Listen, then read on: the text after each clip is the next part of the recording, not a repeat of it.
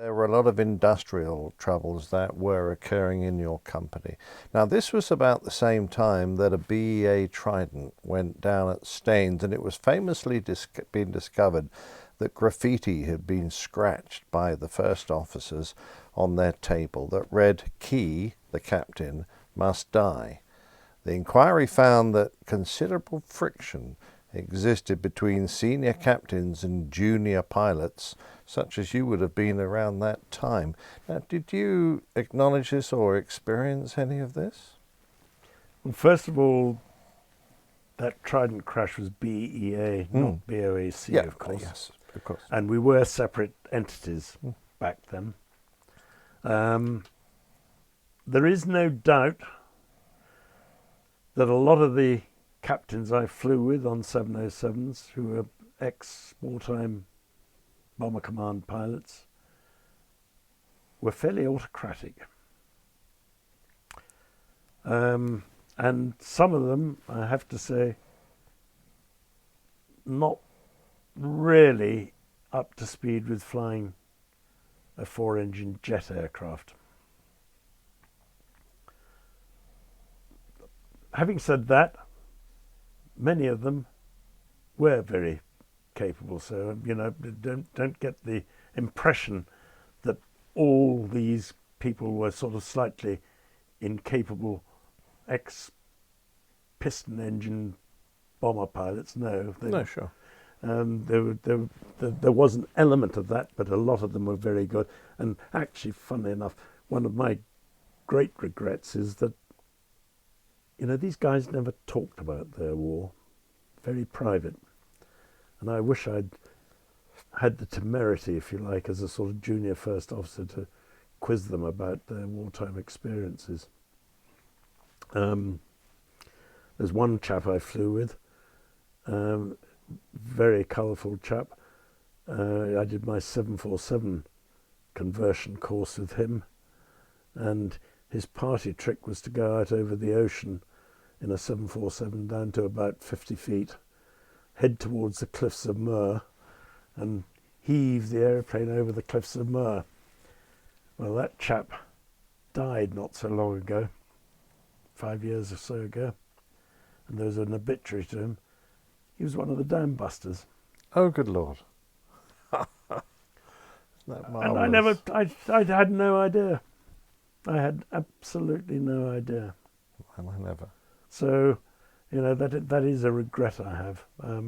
I've sidetracked myself completely now. What was the original question? Well, I was really trying to get at the Oh yes, authority gradient. Papa India, I think, was the...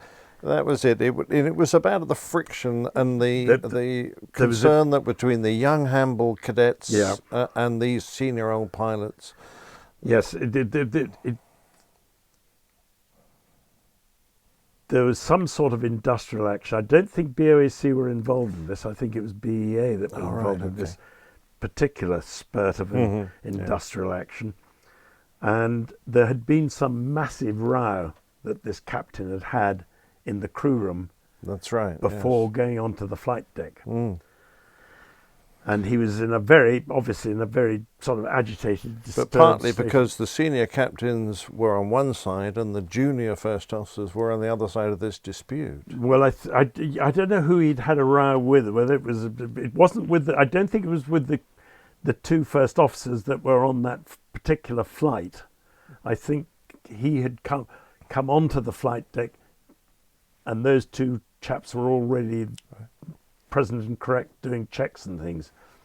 But suffice to say that the chap in the right-hand seat, as far as I'm aware, was a very, very junior first officer, and he was being checked out by the more senior one, and this very irate, steamed-up captain arrives and sits in the left-hand seat, and I think, quite frankly, the chap in the right-hand seat, this very junior chap, was terrified of him, and was just anxious beyond all belief to try and do all the right things.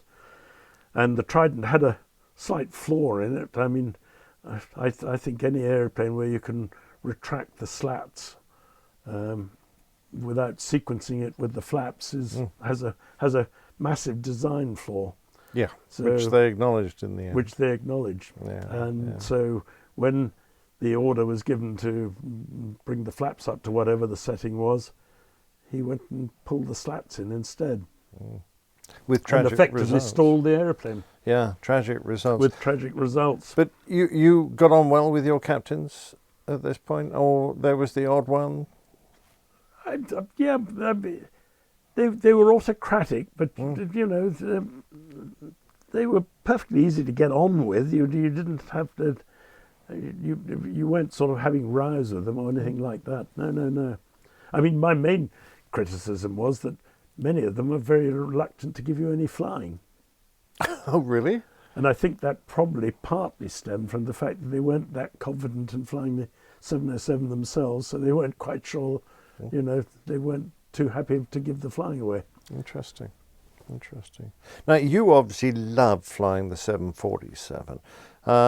Was moving to the VC-10 for your command course a bit of a disappointment?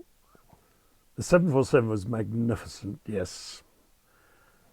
As I always describe it, as a gentleman's aerial carriage. It's a most benign and comfortable, splendid airplane. Here it is today, in 2019, still flying. But I do know that Boeing bet the bank on it. They built this aircraft with about 25 orders from Pan Am, and they needed to sell 400 to save the company, to break even. Yeah. They took a real risk, didn't they? They took a real risk, and you know, here it is today, still flying. 50 years later, it's a remarkable airplane. So going on to the VC-10, well, the VC-10 was a delightful airplane to fly. So I'd gone from one very nice airplane to fly to another very nice airplane to fly. So, and I could have gone back to the 707 if I'd wanted to. Okay. I had the choice, you know, which do you want, Hutchinson, 707s or VC-10s? I thought, well, I've never flown a VC-10. Let's have a VC-10. And it was a delightful piece of kit. Going aside from my script here, what was the command course like in those days? Quite intense and pressured, yeah. Yes, I can't remember much about it. I think the main thing I remember about it is all the trips I had to do under supervision before I was finally cleared as a captain in my own right. And each one of those under supervision trips was a sort of make or break exercise, potentially. So, you know, you had to be on your toes very much. So a tough course. It was a tough course, yes. Now, you say that in your book that BOAC had always preferred the 707, but at the time it was a bit oversized and underpowered for many of the old Empire routes. Wasn't it the case that they'd gone to Vickers and specifically asked them to build an aircraft to operate from high, hot airfields, such as Johannesburg? But when they built the VC-10 for them, they kind of reneged on the deal and didn't really want to buy it? I don't know whether my memory doesn't sort of encompass that, but what I do think certainly happened is that they started sort of trying to change the requirements that they wanted out of the airplane, sort of halfway through its sort of design. Never a good idea. And it's never a good idea. So it ended up not quite the airplane, I guess, that it was supposed to have been. But it was that was the whole purpose of it, in the origins of it, was the hot and high airfields in Africa. So very much overpowered, a beautiful clean wing. I envy you having the opportunity to fly it. Yes, no, it was a very nice airplane to fly.